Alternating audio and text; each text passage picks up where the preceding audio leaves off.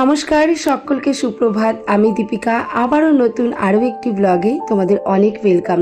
কেমন আছে সকলে? আশা রাখছি অনেক ভালো, অনেক সুস্থ। আমিও না বেশ ভালো আছি তোমাদের ভালোবাসায়। এটা হচ্ছে আগের দিনের ভিডিও, মানে শুক্রবারের ভিডিও। একটা অনুষ্ঠান বাড়িতে গেছিলাম, ওখান থেকে আসতে অনেক রাত হয়ে গেছিলো, তো এই কারণে ভিডিওটা আর এডিট করা হয়েছিল না। সেটাই আজকে শনিবার আমি এডিট করছি, আর এটা তোমরা রোববারে দেখতে পাবে। চলো তাহলে আর বেশি বকবক না করে ভিডিওটা শুরু করা যাক।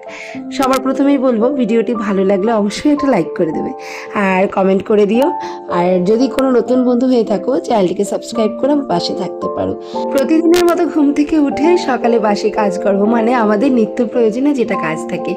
আসলে আমরা হাউস ওয়াইফ, যখন থেকে বিয়ে হয়েছে আমাদের হাউস ওয়াইফ হয়ে গেছি, তখন থেকে কিন্তু আমাদের ওই একটা বাধা ধরা রুটিনের মধ্যে ফেলে দেওয়া হয়েছে। সকালে ঘুম থেকে উঠো, বাসি কাজ করো, পরিবারের প্রত্যেকের জন্য রান্নাবান্না করো, তাদের খাওয়াও, তারপর নিজে খাও, এই। আর ওই ফাঁক পেলে মাঝে মাঝে একটু বাইরে ঘুরতে যাওয়া, এটাই যা। তবে আমাদের লাইফটা, মানে হাউস ওয়াইফদের লাইফটা কিন্তু একদম একটা বোকা বাক্সের মতো, মানে বন্দি হয়ে গেছে। তাই জীবনে আমাদের যতটুকু উপভোগ করার, ঠিক সময় থাকতেই কিন্তু উপভোগ করা প্রত্যেকের উচিত। কারণ সেই সময়টা পেরিয়ে গেলে আমরা কিন্তু অন্য বয়সে এসে সেই জিনিসটাকে তেমনভাবে উপভোগ করতে পারবো না। আমরা 18 বছর বা 20 বছর বা 25 বছর বয়সে যেই কালারের শাড়িটা পরবো, তখন যদি না পরি, আর সেটা যদি আমি 40 বছর বয়সে এসে পড়তে যাই, নিজের ভেতর থেকে কেমন একটা লাগবে, মানে সেই মানানসইটা কিন্তু আমাদের আসবে না। তারপরে এই যেমন ধরো না, আমাদের উপযুক্ত একটা বয়সে যদি আমরা ঘোরাফেরা করতে না পারি, উপযুক্ত জিনিসগুলো স্বাদ গ্রহণ না করতে পারি, খেতে না পারি, এমন একটা বয়স আসবে দেখবে আমাদের হাঁটু ব্যথা, হাত পা ব্যথা, মাজা যন্ত্রণা, এইসবের জন্য কিন্তু আমাদের বাড়ির থেকে আমরা বেরোতে পারবো না। নিজেদের কিন্তু একটা কোনায় আমরা গুটিয়ে নেব। আর আমাদের রঙিন জীবনে আমরা যদি তখনই রঙহীন হয়ে যাই, তখনই যদি আমরা নিজেদের রঙিন করতে না পারি, একটা সময় আসবে দেখবে তখন আমাদের কোনো রঙই আর ভালো লাগবে না। তখন আমাদের ঘোরাফেরা ভালো লাগবে না। ভালো রঙের একটা শাড়ি কিনতে যাব, তখন ভাববো যে না, এই টাকাটা থাক, পরের মাসে ওষুধটা হয়ে যাবে। এমনই আর কি একটা ব্যাপার। তাই আমাদের সময় থাকতে থাকতে কিন্তু প্রত্যেকটা মানুষকে তাদের সামর্থ্য অনুযায়ী উপভোগ করা উচিত, জীবনটাকে উপভোগ করা উচিত। যাই হোক, জানি না ভুল বললাম নাকি ঠিক বললাম, বা কতটা গুছিয়ে বলতে পারলাম সেটাও বলতে পারলাম না, জানি না। তবে আমার ব্যক্তিগত অভিজ্ঞতা থেকে আমার যতটুকু মনে হলো আমি তোমাদের সাথে শেয়ার করলাম। যাই হোক, সকালে টিফিন বানাতে বানাতে কিন্তু অনেক গল্পই তোমাদের সাথে করা হয়ে গেল। সকালে তো বাসি কাজকর্ম, গোপালকে জাগানো, সমস্তটা হয়ে গেছে। আর তারপরে কিন্তু তোমার দাদাভাইকে 1 কাপ চা করে দিলাম, যেটা ওর না খেলে মনে হয় সকালটাই মানে শুরুই করতে পারে না। যাই হোক, ওকে চা করে দিয়ে তারপরে কালকের একটুখানি চিকেন রান্না করেছিলাম, মানে আগের দিন একটু চিকেন রান্না করেছিলাম রাত্রেবেলা, তোমাদের দেখিয়েছিলাম। তো সেখান থেকে 4-5 টুকরো কষা মাংস গ্রেভি সমেত তুলে রেখেছিলাম, আর সেটাই সকালবেলা চাউমিন করলাম। আর আমার ছেলেমেয়েরা জানো তো, আলু ছাড়া চাউমিন ওদের মানে নাকি ভালোই লাগে না, বিশেষ করে আমার মেয়ের। তো আমি চাউমিন এই জন্য দেখবে একটু আলু দিই আর ডিম আর ওই চিকেনটা দিয়ে চিকেন চাউ বানিয়েছিলাম সকালবেলা। তো সকালে সবাই ওটাই টিফিন করে নিয়েছিলাম, আর সবাই টিফিন করে যে যার মতো পড়তে বসে পড়েছে। আর অ্যাকচুয়ালি এটা তো শুক্রবারের ভিডিও, মানে শুক্রবারে অন্বেষণের সকালে পড়া থাকে না, বাবুরও পড়া থাকে না, তো শুক্রবারটা ওরা কেমন যেন রবিবারের মতো কাটাতে চায়। যাই হোক, ওদের এই জন্য সকালবেলা শুক্রবারের টিফিনটা করে দিলাম। ওরা খেয়ে যে যার মতো পড়তে বসেছে, আর আমরাও কিন্তু খেয়ে তোমার দাদাভাই কাজে বসে পড়েছে, আর আমিও সংসারের কাজে লেগে গেছি। সংসারে সব কাজ যতই করি না কেন, বিছানাটা না গোছালে যেন প্রথম থেকে আমাদের একদম সকালটা মনমরা হয়ে যায়। আসলে বিছানাটা গোছালে, ঘরটা যদি আমাদের পরিষ্কার দেখা হয় না, তাহলে দেখবে মানে সমস্ত দিকটাই কেমন ফ্রেশ ফ্রেশ মনে হয়।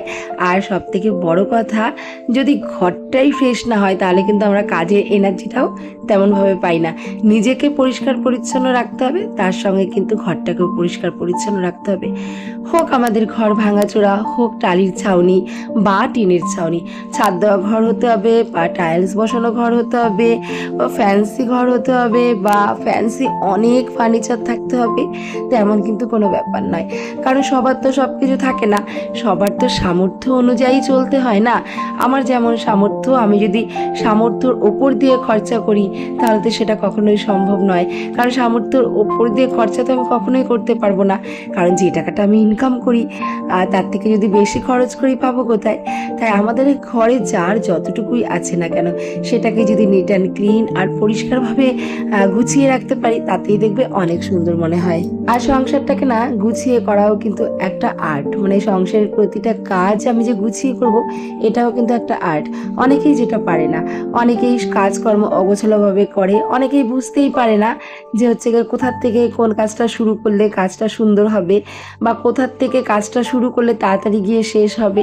আমরা অনেকেই দেখবে রান্না করতে গিয়ে অনেক বাসন নোংরা করে ফেলি, আবার অনেকে আছে কিন্তু গুছিয়ে রান্না করে, তার কিন্তু অল্প বাসনেই রান্না হয়ে যায়। আসলে এগুলো একটা আর্ট, প্রতিভা, যেটা সবার ভেতরে থাকে না, যার যার ভেতরে যার যার মতো করে থাকে। এই কারণে সংসারের কাজগুলো আমাদের একরকম হলেও তার নিয়মাবলী কিন্তু আলাদা হয়, মানে যার যার কাজের ধরনটা কিন্তু একরকম হয়। তবে আমাদের সংসারে কিন্তু প্রত্যেকের কাজই একরকম। এই যেমন বাসন মাজা, রান্না করা, কাপড় কাচা, হয়তো কারোর হেল্পিং হ্যান্ড আছে বা কারোর নেই, নিজেকেই করতে হয়। তবে কাজগুলো কিন্তু একই রকম, কিন্তু করার ধরনটা, করার সময়টা কিন্তু অনেকটাই আলাদা। যাই হোক, তোমাদের সঙ্গে গল্পে গল্পে কিন্তু ঘরের টুকটাক ক্লিনিং ডাস্টিংয়ের কাজগুলো কিন্তু আমি করে ফেলছি। আর এই বেড কভারটাকেও না চেঞ্জ করে দিয়েছি, কারণ কয়দিন ধরে এত পরিমাণে বৃষ্টি হচ্ছে, বৃষ্টিতে পুরো বাড়ি ঘর একদম পচিয়ে দিয়েছে, আর ভালো লাগছে না। যদিও বৃষ্টিতে হালকা পাতলা জামা কাপড়গুলো আমি রোজই কেচেছি, মানে কাছাকাছি তো বন্ধ নেই, তবুও এই ঘরের বিছানার চাদরটা না আর চেঞ্জ করা হয়েছিল না, ও ঘরেরটা চেঞ্জ করা হয়েছে। আর উপরের বিছানার চাদরটাও না চেঞ্জ করা হয়নি, ওটাও ভাবছি যে কালকে চেঞ্জ করে নেব। তো এই ঘরের বিছানাটার চাদরটা চেঞ্জ করে ভালো করে বিছানাটাকে ঝেড়ে নতুন আরও একটা পরিষ্কার চাদর পেতে নিলাম, আর ওই চাদরটা কিন্তু ধোয়ার জন্য বাইরে বার করলাম। এদিকে সোফাটাও পরিষ্কার করে ভালো করে শোকেস, তারপরে খাটটা, সব কিছু হালকা হাতে ধুলোগুলো পরিষ্কার করে এখন ভালো করে ঘরটাকে ঝাড় দিয়ে নিচ্ছি। মানুষের জীবনে তো আপস অ্যান্ড ডাউন আসবেই, এটাই স্বাভাবিক। তবে আমরা যদি যখন আমাদের ডাউন হবে তখন আমরা যদি একদম ভেঙে পড়ি তাহলে তো হবে না, কারণ ওই ভেঙে পড়া ডাউনের সময়টাতে ভগবান আমাদের পরীক্ষা নেয় যে আমরা ওই ডাউনের সময়টাতে নিজেকে কিভাবে মেনটেন করি। আসলে কি আমরা যখনই বিপদে পড়ি তখনই কি ভগবানকে ডাকি, না সুখের সময় ভগবানকে ডাকি? তাই ভগবান আমাদের সুখ এবং দুঃখ দুটো জিনিসই দিয়ে দেখেন যে তাকে আমাদের কখন প্রয়োজন পড়ে। আসল কথা, ভগবান এমন একটা এনার্জেটিক জিনিস, মানে কি বলবো, পৃথিবীতে দেবে ভগবানকে ডাকলে অনেক সমস্যার সমাধান হয়ে যায়।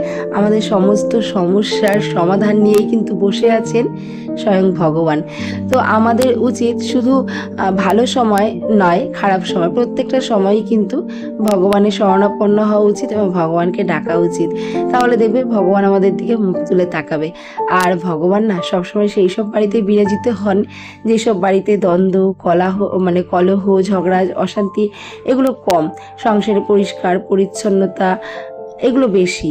তো এই সমস্ত ঘরেই কিন্তু ভগবান বিরাজিত থাকেন। তাই আমাদের প্রত্যেকটা গৃহবধূর উচিত যে আমাদের ঘর কুড়ে ঘর হোক বা রাজপ্রাসাদ, সবসময় পরিষ্কার রাখা, আর নিজেদের মধ্যে একটা বোঝাপড়া করে কিন্তু সংসারটা চালানো। আজকে আমাদের কম ইনকাম বলে হাজব্যান্ডের ওপর অনেক চেঁচাবো, এটা কেন এনে দিচ্ছ না, ওটা কেন এনে দিচ্ছ না, এটা তো কিন্তু কখনোই সম্ভব নয়। তো আমাদের সামর্থ্য অনুযায়ী চলে আর আমাদের কুড়ে ঘরটাকেও রাজপ্রাসাদের মতো সাজিয়ে নিজের লক্ষ্মীশ্রীকে কিন্তু নিজেকেই বজায় রাখতে হবে। যাই হোক, তোমাদের সঙ্গে গল্পে গল্পে কিন্তু অনেকগুলো কাজ করে ফেলেছি। ক্লিনিং ডাস্টিংয়ের কাজ করে দুপুরে রান্নাটাও কমপ্লিট করেছি। ভাত করেছিলাম, ভাতে পেঁপে সেদ্ধও দিয়েছিলাম, আর এখানে একটু ভোলা মাছ এনেছিলাম, তো সেটাকে আলু আর বেগুন দিয়ে সুন্দর করে রান্না করলাম, আর শেষে একটুখানি ধনেপাতা ছড়িয়ে দিলাম। আর আজকে অল্প বলে রান্না করেছি, কারণ একটু বাদে আমাদের একটা অনুষ্ঠান বাড়িতে নেমন্তন্ন আছে, সেখানে আমরা বেরিয়ে যাব। তাই ওই দুপুরবেলা খাবো দেখে একবারের মতো একটু তরকারি, ভাত আর পেঁপে সেদ্ধ করেছি। দেখো এখন বাজে ওই 3:45 নাগাদ। খাওয়া দাওয়া করে একটু বিশ্রাম নিয়েছিলাম, কারণ সারাদিন ধরো মেশিন চালিয়েছি, সুতো ঘুরিয়েছি, আর ভালো লাগছিল না, তাই একটু বিশ্রাম নিয়ে এখন দেখো রেডি হয়ে গেছে। আর এই যে দেখতে পাচ্ছ স্কার্ট আর টপটা, এটা কিন্তু আমি নতুন কিনেছি। যাই হোক, অন্বেষার বাবা পরে যাবে, আমি, বাবু আর আমার বাবা, আমার মা, আমরা কিন্তু বেরিয়ে পড়লাম টোটো নিয়ে। আর আমাদের মামা বাড়িটা না একদম গ্রামে। তোমরা নিশ্চয়ই চাপড়ার নাম শুনেছো। চাপড়া কিন্তু এখন অনেক ফেমাস ফুল বাগানের জন্য। খিরাই যেমন ফেমাস, তো এখন কিন্তু চাপড়াটা আরও বেশি ফেমাস। আর দেখেছো তো চারিদিকের পরিবেশটা খুবই সুন্দর, মানে বেশিক্ষণ ভিডিও করতে পারিনি তাই, কারণ এই মামা বাড়িতে না আমরা প্রত্যেকবার মানে ছুটে আসতাম, কদিন পরপরই ছুটে আসতাম এরকম প্রকৃতি দেখার জন্য, মাঠ ঘাট ফুল এগুলো দেখার জন্যই কিন্তু ছুটে আসতাম। তো এই মুহূর্তে যারা যারা আমার ভিডিওটি দেখছো তারা যদি কখনো চাপড়া ফুল বাগান দেখতে চাও, অবশ্যই তোমরা গুগলে সার্চ করতে পারো বা ইউটিউবে সার্চ করতে পারো, তারপরে কিন্তু সোজা চলে আসতে পারো এই চাপড়া ফুল বাগান দেখতে। অবশ্যই জানুয়ারি মাসের আগে আসবে, ডিসেম্বরের দিকে আসবে, তখন কিন্তু অনেক ফুল থাকে। যাই হোক, চলে এসেছিলাম বার্থডেতে, আর এদিকে কিন্তু এখন অনেকটা রাতও হয়ে গেছে, অন্বেষা বাবা সবাই চলে এসেছে। আর যেহেতু আমরা অনেকটা দূর যাব তাই কিন্তু আমরা ফার্স্ট ব্যাচে খাওয়া দাওয়াটাও করে নিয়েছিলাম, একদম বিয়ে বাড়ির মতো আইটেম হয়েছিল, দারুণ হয়েছিল। এই যে মন্টির শুভ জন্মদিন, মন্টিকে তোমরা অনেক আশীর্বাদ করো, মন্টি হচ্ছে আমার বোনের মেয়ে। তো চলো খাওয়া দাওয়া করে বাড়ি ফিরতে হবে। সবাইকে টাটা, গুড নাইট। আর সত্যি বলতে প্রত্যেকটা মেনু কিন্তু অসম হয়েছিল। এখন টাটা আর গুড নাইট, টাটা।